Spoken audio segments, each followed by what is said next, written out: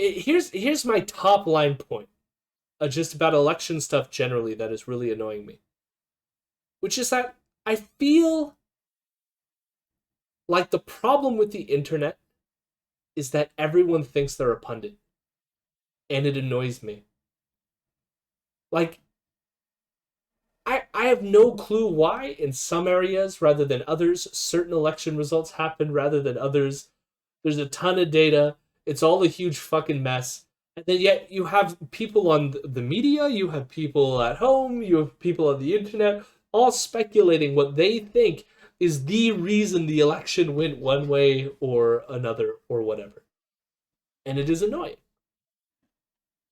So the reason why I bring this up in particular is because one of the reasons that a lot of people think that the governor's race went to the Republican in Virginia was because this critical race theory stuff, which we're going to address here. Uh, the other thing to keep in mind, though, is that this is a 50-year historical trend where the governor went to the party opposite of what the president was. Like that's just been consistent in Virginia politics. So it's not surprising that it went to a Republican given that 50-year historical thing. Doesn't mean that that can't change or like whatever. But yes, and then there's the other thing is you get a lot of takes about the lack of motivation and like you gotta give people the reason to fight for things, and like then they point to the whole like what's going on with uh, Joe Manchin and Kristen Sinema and the Build Back Better plan and all the shenanigans that are happening there. And all I have to say about that is like I feel like a lot of people don't grasp like American politics, or like it's just easy to say something like come up with a conspiracy theory that like Joe Biden somehow didn't actually want to get like the Build Back Better plan done. And that seems weird to me because it's like, why would you pitch that as the thing that you want to get done? Only to have these two random fucking senators play games the entire time. Tank your polling numbers. Possibly lose you these various elections that occurred. Only for them to be like, haha, that was my plan all along. And I don't think that was Joe Biden's plan. I don't.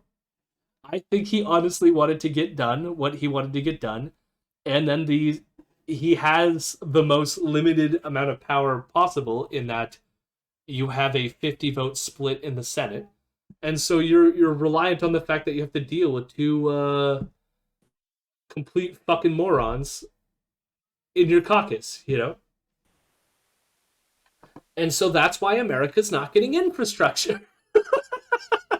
Hooray! And like the frustration there is that is a problem with the American system. The American system is like purposefully designed to prevent things from getting done. And that is frustrating. And so a lot of people might go, we need electoral reform. And then you're in this like really messed up situation where the only way you can get electoral reform is if you get people elected. So you're back in like square one having to motivate people again. And I think Vienna will then say what we need is to just burn the whole fucking thing down, and maybe they have a point. Yeah. No, like I think I'm coming Whoa! more and more to the view that elections should be Oh, used oh my God! Simone laid on my keyboard here. elections should be used as a means of presenting people with ideas and both expecting to lose and even if you win, expecting to accomplish nothing. And making that clear and making it clear that nothing will ever be meaningfully accomplished under current systems because they won't be. I I almost 100% agree with what you're saying here. I have a small disagreement, but I think the broader point I think is a very important one that I wish more people like understood, which is that you're very right. It's pretty much a platform to like float ideas, but I feel like a lot of people trick themselves into thinking that you're going to create some sort of large scale systematic change merely by like writing a name on a ballot or whatever, right? Where it's like it's true. All of Yeah. that's a facade. You're not going to get this grand scheme of things.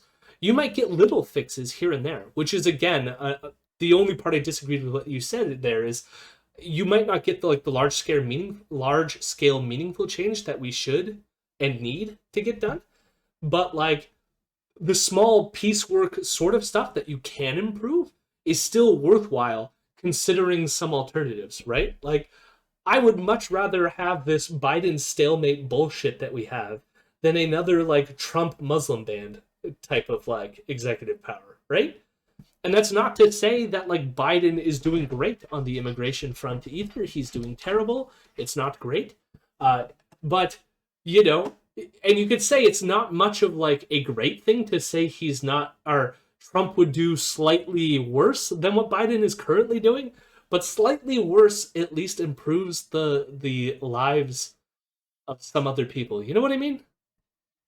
And I still think that that's worthwhile to improve as many lives as we can while we can uh, on our way to utopia, you know?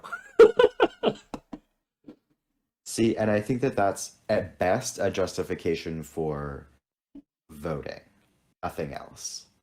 Yeah. You should have no other like care for the electoral process beyond like, oh well, I guess this dude isn't the absolute fucking worst option. And so, you go in and vote. One, still don't expect change. Two, expect him to do every evil thing, but maybe he won't. And like, yeah, in that level, it's worth it. Don't fucking volunteer. Don't fucking give them money. Don't fucking like See, do anything beyond showing up on voting day and doing that. Anything else is not worth it I disagree in the with you American somewhat. context. Well, in the American context, I disagree with you somewhat on that point. Only insofar as I think there's merit in getting out there and communicating ideas with other people. There's something good there. Uh, and you even mentioned that earlier in the points that you were saying. So, like, the idea of like communicating ideas, there might be something there. The other aspect of it is I am more neutral in whether or not you should get involved. I think if you are spending your time doing something else and it is improving the lives of other and it will like hinder your ability to help over here if you then start doing some electoral shit, yes, continue helping over there, don't do the electoral shit. But on the flip side, I mean, if it's you're in, you have a particular skill and it might slightly improve people's lives if you try to get this bloke elected over this bloke, then do some electoralism. But like again, like that's going to be your own sort of like I don't know how to do the like calculus to know that like for sure you could be doing better things over here or whatnot. Uh See, my take is more like when I was talking about doing things, that would be much more running as an independent or like not for an actual main party. Like to me, I think the focus needs to be on an extra parliamentary opposition that is opposed to all forms of parliamentarism and is opposed to entering parliament as well. Which was why I was like saying, like I would say like run in elections and one again don't expect to win and two if you win don't sit, don't go, just chill, like but also like on the other hand like if you have the chance to get close to a sitting politician and redacted Minecraft them, um I'm okay with that. Personally, I just think that like like I when you were saying like, oh yeah, like if you think that it is, you don't know how to do the moral calculus, I'm saying like you sitting around just chilling and having a good time is morally better than helping most than I 99% I of mean, sitting like, no, politicians. but even think of like small things like having the CERB helped a lot of people, you know? And it's like, yes, it was annoying how it gets implemented. It's annoying how they means test it. It's annoying that like you constantly had the fucking media entities out there like the Toronto Star being like, well, should we just give people money? Like maybe that's a problem. Like yes, all this bullshit is annoying, but the fact is, having that was better than not having it, and having the arrangement of government we did at that moment allowed us to have it, you know? And so it's like, to me, it's like those are still beneficial things. Like, I don't, again, specific politicians 100% deserve to get Minecraft, as you said. But a lot of politicians are amenable to conversation and hopefully getting things done. At least getting things done in terms of making things marginally better than they are currently. And I've made this point before, which is like, I feel like we're at a crossroads right now where it's like a lot of people. How do I put this? I think a lot of people, especially on the left, especially who pay attention to politics like us, get this sense that the people who are dropping out of politics or not paying attention or not voting are doing so for some kind of like feeling of like the system not working for them or something. And I honestly don't know if that is correct. I honestly, like, my own personal opinion, if I'm going just on my personal experience and people I know, feel like a lot of people are coming at it in terms of just finding politics too confrontational, and that it ruins their like social enjoyability to discuss things that cause people to be uncomfortable. And so they just avoid the topic altogether, don't find it particularly interesting for their social circles, and therefore don't pay attention to it all that much.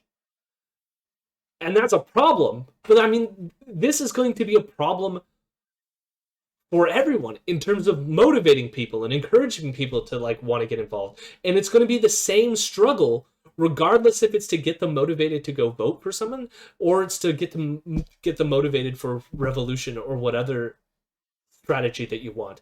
And frankly, I haven't seen movement on either front. So I don't know. I guess I'm waiting for things to happen in terms of like crossing this divide of getting people in the position where they actually feel like the tension is worth it, and therefore they're willing to actually do stuff. And I don't know how to get them to cross that line, you know. Uh, and so I my mean, I think real life circumstances have, like, in this past year, look at how many people have been radicalized with then no actual, like, movement for, like, and there is nothing for them to join. but that's They're because all pissed as all hell and are willing to, like, do shit that we haven't seen in a long time in the USA and Canada and the UK and kind of just, like, across everywhere. But but that's there because they're isn't not anything that being actually, like, that's because sorry. there's no left structures for them. And then Yeah, the other no, the other that's I agree with that. but then the problem there is, how do you get the left structures when the fact is like we don't have control of the media? We don't have like this is why to me voting for politicians incrementally moving society to the left will create spaces where we can start to build these structures to actually move. Because right now we have no control over anything. We don't control the media. We don't control the unions. Fucking apparently, we don't control any of these things. And it's like that's the problem. We have no structure there to help move these people in the sort of like left direction when you have the sort of flashpoints that we do. And I don't see us getting there Yeah. unless we make at least some small changes in the direction of the good to make left voices something that people hear on television, to make left voices something that people confront on a daily basis, you know. And I guess part of that is doing a show See, like this, but like, I don't know. I think much more like one, I don't think that institutional like capturing the institutions will one ever work and two be like successful because at the end of the day those people get co-opted, those things But get co-opted, those messages get co-opted and just turned into whatever. Like I don't think that there will be any sort of institutional like capture in terms of media, in terms of parties, in terms of I don't think the unions are like I don't think that the union structures will ever be anything but oppositional because they are at the end of the day hierarchical structures that are interested in their own self-maintenance. but this So is I think what that like I just wanted to like say that I agree with you in terms of capture. Like that's why I'm not saying capture these institutions. I'm just saying like like you can slightly move them, and if you can get things like the CERB versus like not the CERB, you can create like an environment that at least makes things moderately better as we move in move even like an inch in that direction, you know. But of course you can't capture them. Like that's not quite No, what I'm but trying I, to say. I also don't think like I don't think that there will be a, incremental changing of these institutions. I think these institutions are where they are and won't Yeah, I shift disagree. much. I disagree. Like they might be able to lean a little bit, but they're not going to like at all fundamentally change or allow for more within them. Well, it depends on Like, what you mean by fundamentally changed. Like, if you mean, like, are we ever going to get the NDP to be like, let's abolish capitalism? No.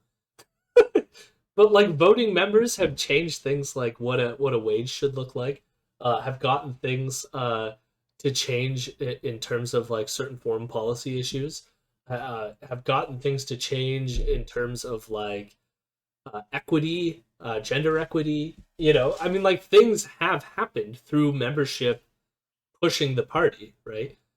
It's just it's but how has that been reflected within the actual party? well, How has that been reflected within their platforms when they're running in elections? How has that been reflected in the party institutions? How has that been reflected in but it like, has been better to a certain degree. Like let's be real, like the party today is not like what Jack Layton's party even was. You know what I mean? It's moved more to the left than Jack Layton was. And I think a large extent of that has to do with if I were to say anything was the Bernie Sanders movement in the United States. Making some of these ideas popular by getting in the public eye and having some sort of media spotlight on it, and combined with like the social media that I think was able to reach a lot of people. yeah, I think social media helped. I think those sorts of things have helped more because it's been sort of like this rapid thing, but at the same time, like, I don't know. I'm not super hopeful in that regard either, in terms of like social media's ability to actually get anybody anywhere, within terms of like actually getting them to learn anything and No, getting them to like actually like no, I think I'm gonna agree with you. Just like I feel like we've hit yeah. like we're at loggerheads now. I think it helped like earlier 2010s. It was starting to really help, and then it just sort of like then we got these people that were going to watch this clip in a few seconds.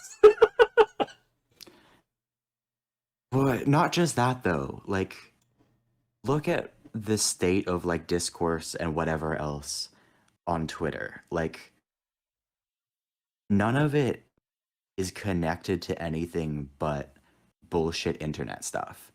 Yeah. And the second that a like well spoken, like Well, that's somewhat diverse or like less explicitly racist, like fascist movement starts up, we're fucking done. yeah. Like, But that's why I'm saying like I think it helped, but it was good but not sufficient, if that makes sense. Like I feel like it helped contribute to the move to the left that we've started to see, but then it like I also think it gave people the illusion that it was bigger than it really was. Like it was still or meant anything. I think it meant something, just not it didn't mean what certain people thought that it meant. Yeah, I guess. You know? Um, And maybe that's just like yeah, I don't but know if that if part of it and like I don't like to use this card necessarily, but like I don't know if like part of it is my extra 10 years of life and going like I can reflect back like 90s like it wasn't like this. You know what I mean? Like I just feel like there is some aspect that says certain societal ideas have shifted to the left a little bit. It's just that we're also confronting this fascistic threat as well, right? That I feel is a little bit more yeah, predominant than it used to be. like I think horizons have broadened kind of all respects. Yeah. Like it hasn't been a like shift to the left or anything. It is that multiple ideas now exist beyond neoliberal. And like that was never going to last, right? Like, Fukuyama's end of history bullshit. Like it was Yeah, dumb.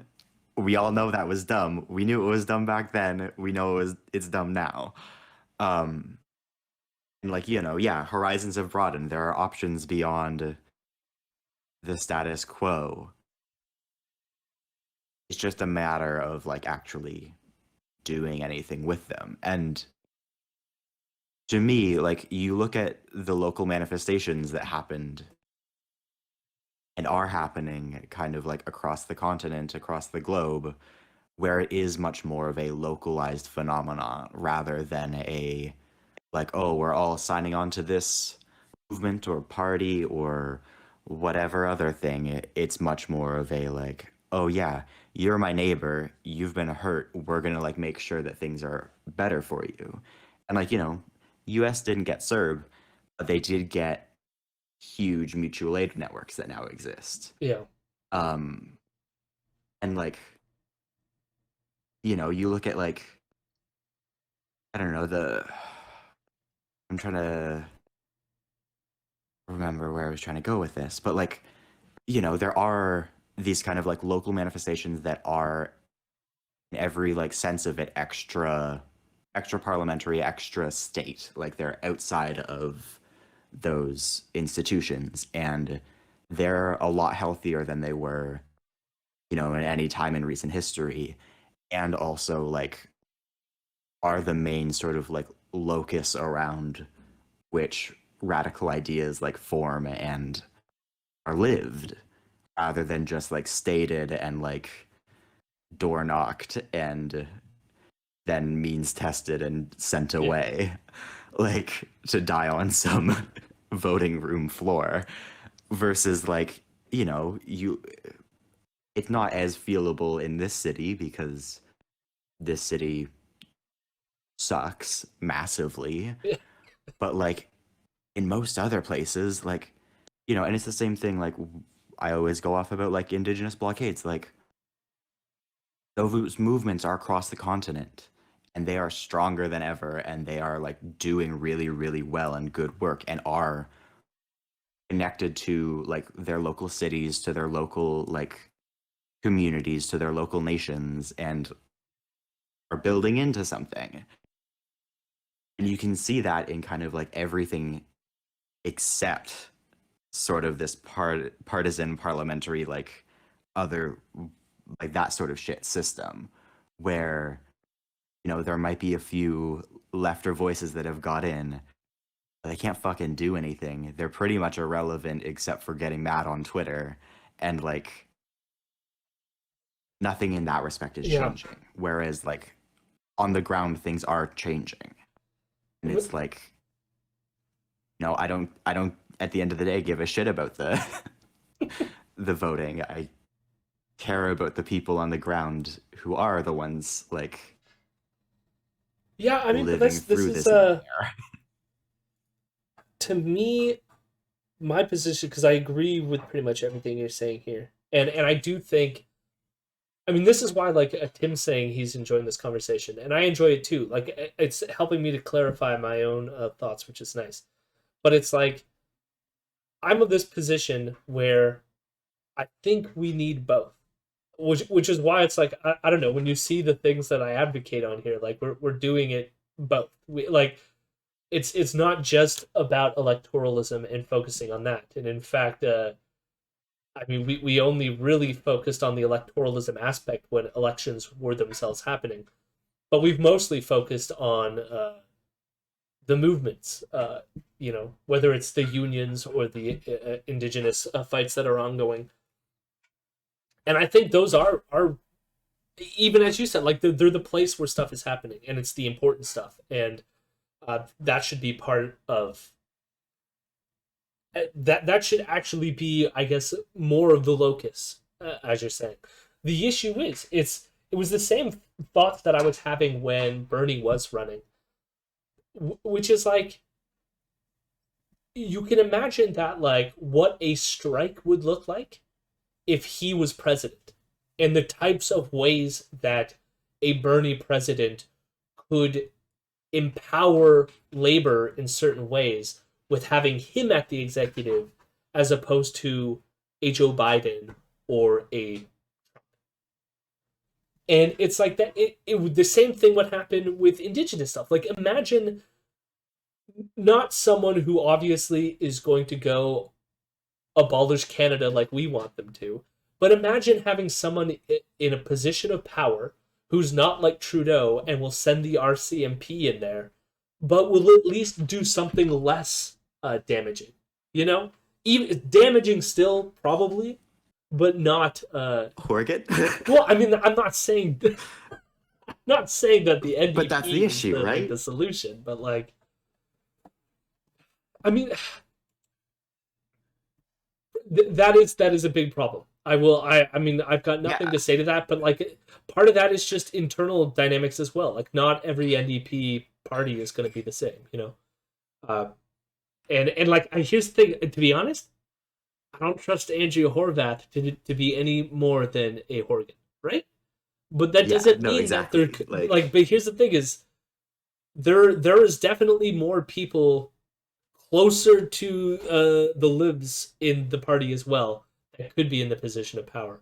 And so it's like, yes, I still think that there's room there to move even the NDP, but like that also is part of our disagreement. And then it's like the amount of how much effort you put into it or not is going to be like complicated.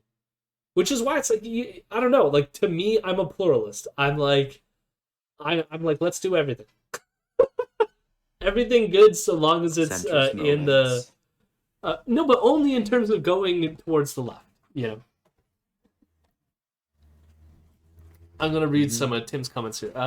You need the Yeah. multi-pronged approach. Both electoralism and direct action organizing tend to run into intractable roadblocks if the other element isn't present to work around. So See, I Tim disagree agrees with with that. me. I disagree with that so much. Because again, that's John Horgan. Yeah, no, Like that but is, imagine, no, oh, but we've elected a further left, premier or governor or mayor or president or whatever, whatever, whatever. And then, the largest mass arrests in Canadian history have happened under Horgan's government in Fairy Creek. Like, yeah, but here's like this um, is like the Joe Manchin Kristen Cinema thing, which is like again, not every like some people suck, and so it's like to me it's less about that. I mean it's also an indictment of the state of like whatever movement is behind the BC NDP that might not be behind like an Ontario NDP or something like this, right? Because it's clear to me that like if for one, I mean BC politics is weird to begin with because they don't have a liberal party, or their liberal party is like the yeah. conservatives, and the NDP are like quasi liberals at this point, you know. Uh, and so like there's just different dynamics. What I'm saying is there's the possibility of like not having a Horgan, whether it's someone who's more Bernie like or someone more to the left than Horgan. And that possibility is still going to be better than a Horgan, just like Horgan is better than like I don't know a fascist leading PC. You know, See, I don't know. Like, my issue there is that, like, I think it assumes too much power out of the electoral bodies. Like, I don't think that we would be having a, like, vastly different thing if there were a BC Liberal Party in power in terms of Fairy Creek.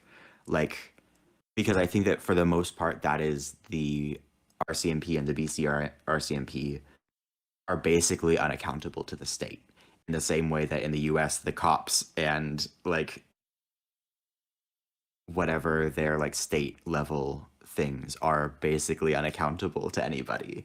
Like, it's that whole, there's the whole like police departments in the US just refusing to be vaccinated, and the municipalities can't do anything about that because they have no fucking power over the police. And so it's like, at the end, in a lot of ways, like, yeah, okay, you go out and vote and you get NDP person in, or whatever your lefter party is, and they vote against the bad stuff and they vote for some okay things, and it's like, At the end of the day, a similar way to like how municipalities function here, where city managers that are hired positions and highly entrenched bureaucracies basically just do whatever the fuck they want, and then city council is like, yeah, sure, I'll vote for that. Or sometimes they're like, actually, city managers, why don't you send that back and look at that again and come up with a new plan and then present it to us in a year, and then maybe we'll vote for the exact same thing. Like, Yeah, but the state is not, yeah, but the it's issue. not something that is just going to be, sorry. No, but the problem is we live with a state. Like it's one thing. Like I agree Yeah. with you. Like we need to like. I'm of the preference where I think we should move away from having like states. It's more of just the idea of like even any of the like mutual aid stuff that's happening in the U.S. Like they're running into conflicts with they're running into conflicts with municipalities that then create conflicts with law enforcement, with even like leaving water out in places. Like municipalities are like passing laws in the states like where you can't leave water out in certain locations. To help homeless populations, right? Citing like health hazards or like whatever bullshit thing that they put in place to say that you shouldn't be able to do this, right? And so like part of this is like that then makes certain activities uh, in providing mutual aid more riskier than others. Where it's like if you had if you had a municipal government that wasn't completely shitty, those policies would not get implemented. Now the question, like maybe like what you're suggesting is like maybe like they never can be completely unshitty, and like I just don't think that that's true necessarily. Even though I think the deck is completely stacked against us, but then it's like since that deck is stacked against us, like what is the point of doing the mutual aid in the first place? We're just going to be destroyed. We have no way to build momentum ever because the state is so powerful and is going to fucking crush us. Like, you know what I mean?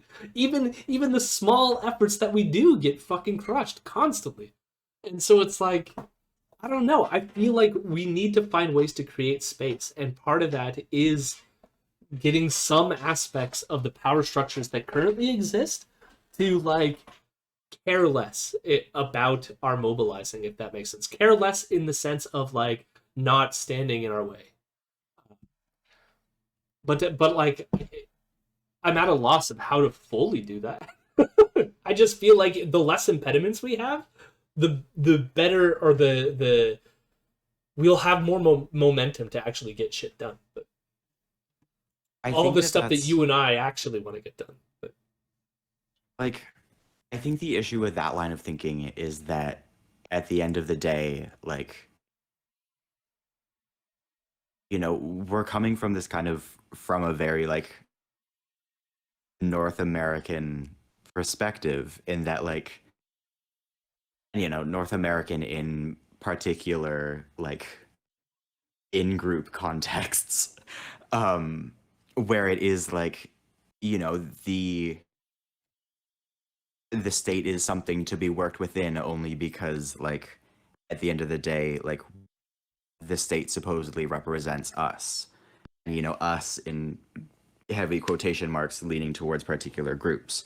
And it's like, you look at examples like indigenous people here, black people here, Kurds in Turkey and Syria and Iraq and Iran, like Palestinians and like all of these other groups, uh, black South Africans and, everybody else where it's just like, no, you can exist solely against the state. Like you don't need to exist within it and you don't need to make friends with it at any point.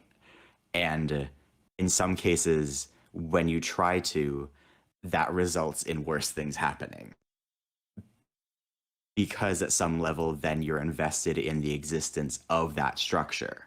Because then you've invested your time, you've invested your money, you've invested, yeah, your life or just like your ability to work or whatever else in the existence of this structure that may have been something in the past that you wanted to completely do away with. And then you get things like the Palestinian Authority, you get things like no, I know this is where I like agree with the you. fucking NDP. I like Yeah, like but this is where I agree with you, and like it almost like gets back to the beginning of the thing where you were saying, which is like think part, and like I don't know if we could get here, but like I wish some people could have some way to like be like I don't know if I'm doing it fully. Maybe I'm co-opted by the system. I don't know, but like have some self awareness of why I'm using this right now, and keep that distance somehow. Uh, but like I don't know, maybe it's impossible. Maybe cohabitation is always going to happen, and yeah, I don't know. I don't know. I don't See, know. yeah, no, like I do agree with you more there, where like, if it is a manner of using it and just very explicitly using it Yeah, and just like not with the aim of, taking over those institutions, then like, yeah, like that is something that I'm sympathetic to. And that's the thing, like I still vote NDP at the end of the day. yeah. Like, like Right. I mean, like we're talking it about is like in like, some sense marginal differences, but I think we're still yeah, getting yeah. something out of the chat, so it's not a Oh no, yeah. yeah, it's been worth it. Like it's the issue to me is still that like, you might individually see it that way. Does the organization that you're working within see it that way? Does, even not even the NDP as a whole, but like, your local council or whatever, or like your riding association or your candidate or, the majority of the people that you're working with see it that way? Or do they see it as, oh, we're going to get the NDP in and then things are going to happen? Because things aren't going to happen. And that's not a good way to see it, right? Like, and so if it were coming from an organizational perspective to engage with, and that's kind of what I was talking about originally, was like, you run as some sort of like independent or something, making it clear the limitations of, at all working alongside state institutions and being explicit about that in both like your organizing and like your actual like words and actions I mean, yeah. versus what the NDP does, where it's like, yeah, we're gonna get in and you're gonna have dental care, Yeah. maybe, I think the and then funny we're thing not is, gonna do yeah. that. I wonder like if like our writing association is a little bit more special in that sense. In that like I feel like we are definitely a bit more dissident than other writing associations. Uh for example, like we were along with some of the more Toronto ridings were one of the like main fronts of the pro-Palestinian stuff and pushed the party in that direction. And a lot of that came out of us, and clearly was doing it against the party's wishes. So, I mean, I mean, I've made it very clear with the people that I work with where I stand and how I'm using the party. But like, I also canvass, and so they don't mind, So it's like I don't know, and I mean, I think a lot of that has to do again with the arrangement of how the party is here. I can imagine being in another riding where you more liberal types have taken over the local NDP, and it's a little bit more difficult. But I don't know. I don't know. Uh, this was good though. I do want to just finish. Hmm. We'll watch this clip, but I think this is an ongoing discussion that I think is worthwhile. It's better than like I think part of like why I wanted to chat with it is just I feel like when it comes to these discussions,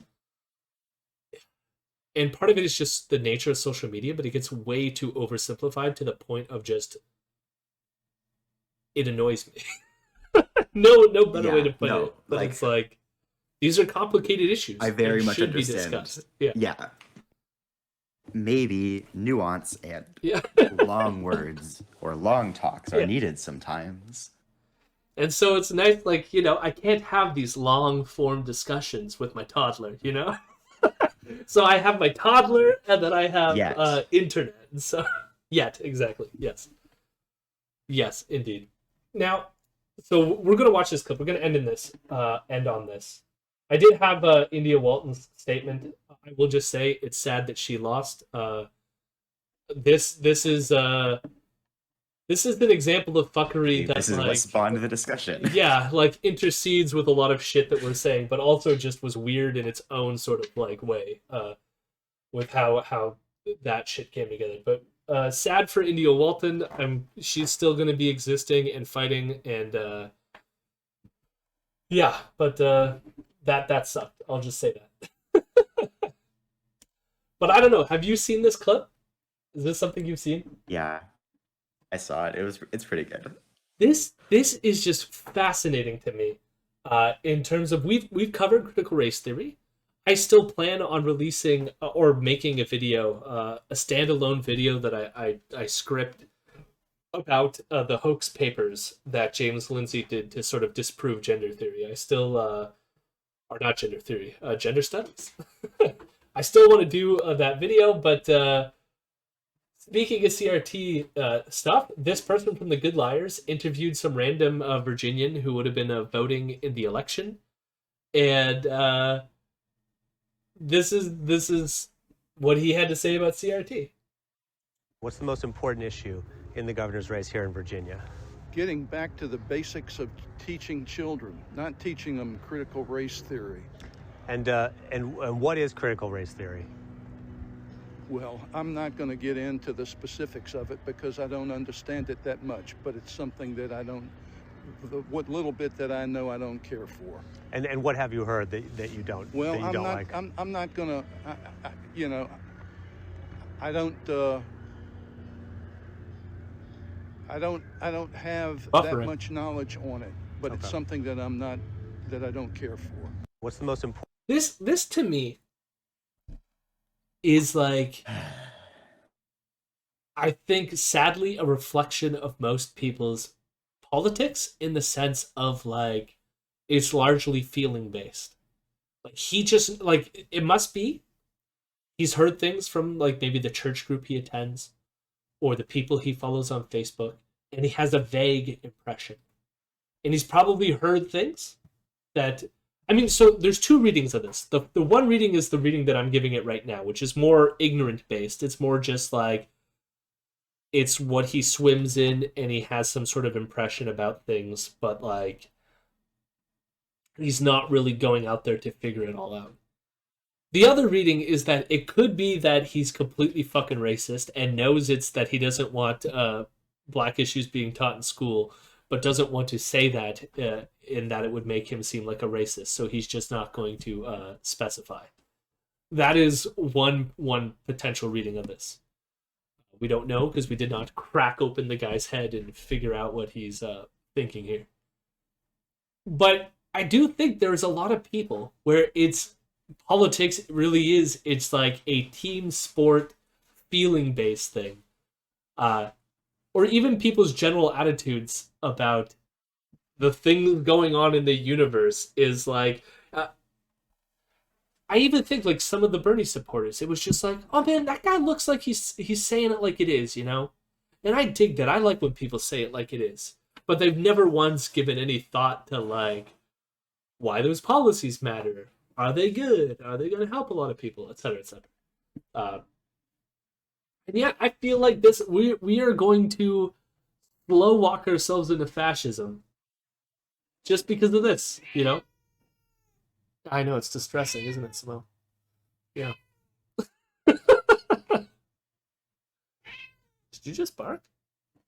Anyways, there's nothing else really to say about this clip other than just like a lot of people have been saying that CRT was something that motivated a lot of people to vote for the Republican. I don't know that to definitively be the case. It could have been a lot of things that motivated people to vote for the Republican. But this to me is like, it's not helping. It's definitely not helping. And I also think that it hints to the fact that like this culture war bullshit that comes up on our show a lot really is important. I think a lot of people get persuaded by the very easy arguments of like, they're teaching people to like hate the white race in classes, and that somehow this is bleeding through into these people's brains, and then they're bringing it home and it's starting to spread, and we need to stop that. You know, we need to either stop it by confronting it and exposing it like we do when we do our segments here, or I don't know, find ways to make these people socially uncomfortable such that it's not worth the risk to like hold the fucking beliefs that they have. Hello, my rebels. Hello, my rebels. I'm a good boy.